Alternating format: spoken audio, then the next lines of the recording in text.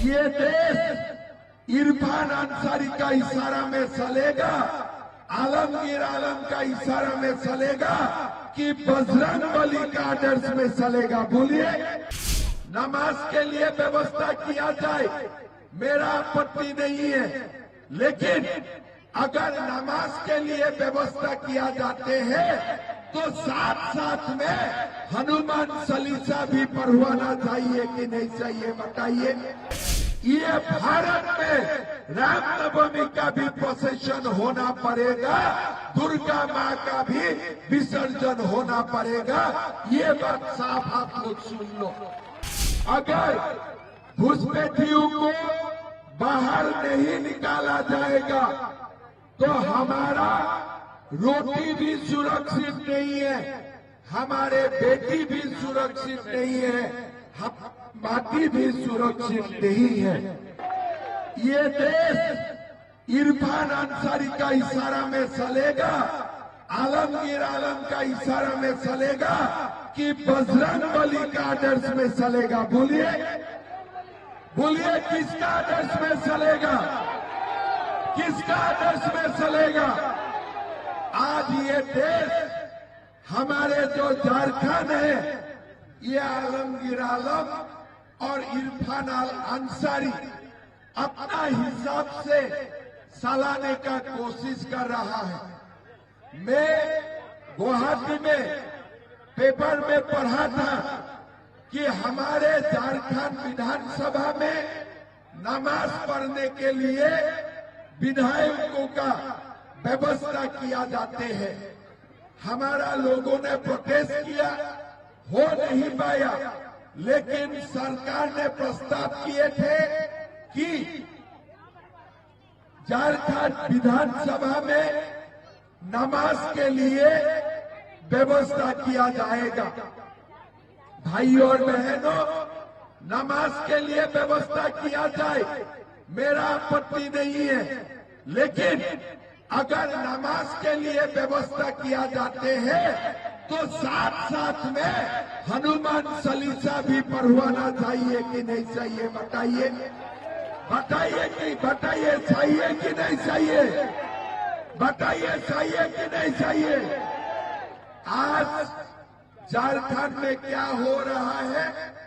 रामनवमी का जुलूस निकालने के लिए पुलिस अनुमति नहीं देते हैं। हमारे दुर्गा माँ का मंदिर जो पूजा होते हैं, मूर्ति को विसर्जन देने के लिए हमें अनुमति नहीं दिया जाते हैं। लेकिन आप बोलिए, झारखंड सरकार कभी मुहर्रम का प्रोसेशन बंद किया है क्या? कभी बंद किया है क्या? भाइयों और बहनों, मुहर्रम का प्रोसेशन होते हैं, डंडा से हमारा कोई सारे लोगों का दुकान तोड़ा जाते हैं, लोगों को पिटाते हैं। पुलिस कोई एक्शन लेते हैं क्या? पुलिस कुछ करते हैं क्या? मैं आप लोगों को बोलना चाहूंगा, हमारे मुहर्रम का प्रोसेशन हो, हमारे कोई आपत्ति नहीं है, लेकिन ये भारत में रामनवमी का भी प्रोसेशन होना पड़ेगा, दुर्गा माँ का भी विसर्जन होना पड़ेगा। ये बात साफ आप लोग सुन लो। भाइयों और बहनों, औरंगजेब का शासन देश में देखा है, बाबर का शासन भी देश में देखा है। मेरा लगता है उस समय में भी रामनवमी का जुलूस में किसी ने बाधा नहीं दिए थे, लेकिन ये जो इरफान अंसारी है, ये जो आलमगीर आलम है, यही लोग आज औरंगजेब और बाबर से भी नीचे गिरा हुआ है और हमारे समाज को ये लोग ध्वंस करना चाहते हैं। लाभ जहाद लैंड जहाद का नाम हमारा समाज को ये लोग खत्म करना चाहते हैं। भाइयों और बहनों, ये जो परगना है 1951 में यहाँ 23 लाख हिंदू थे और 3 लाख मुसलमान थे। हिंदू थे 90% और मुसलमान थे 9%। लेकिन आज आप लोग देख सकता है घुसपैठिया आते रहा। घुसपैठिया आने का कारण अभी हिंदू का संख्या 67% तक घट चुका है और मुसलमान जनसंख्या 33% तक बढ़ चुका है। आदिवासी का संख्या 44% से 28% तक घट चुका है। पाकुड़, साहेबगंज ये सारे जिलों में घुसपैठियों ने पूरा कब्जा ये लोग करके रखा है। हमारा ये वादा है सरकार आएगा और हम ये घुसपैठियों को चुन चुन करके बाहर निकालूंगा, ये हमारा वादा है।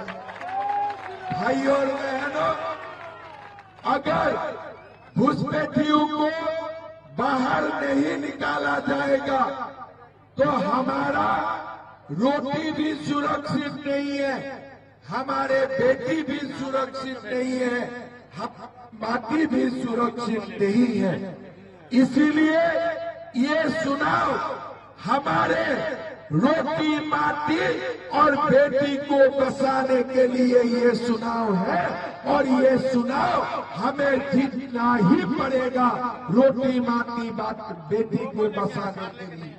ये देश इरफान अंसारी का इशारा में चलेगा, आलमगीर आलम का इशारा में चलेगा कि बजरंगबली का आदर्श में चलेगा। बोलिए, नमाज के लिए व्यवस्था किया जाए, मेरा आपत्ति नहीं है, लेकिन अगर नमाज के लिए व्यवस्था किया जाते हैं तो साथ साथ में हनुमान चालीसा भी पढ़वाना चाहिए कि नहीं चाहिए, बताइए। ये भारत में रामनवमी का भी प्रोसेशन होना पड़ेगा, दुर्गा माँ का भी विसर्जन होना पड़ेगा। ये बात साफ आप लोग सुन लो। अगर घुसपैठियों को बाहर नहीं निकाला जाएगा तो हमारा रोटी भी सुरक्षित नहीं है, हमारे बेटी भी सुरक्षित नहीं है। न्यूज नेशन अब व्हाट्सएप पर खबरों के ताजा अपडेट के लिए न्यूज नेशन के इस QR कोड को स्कैन करें।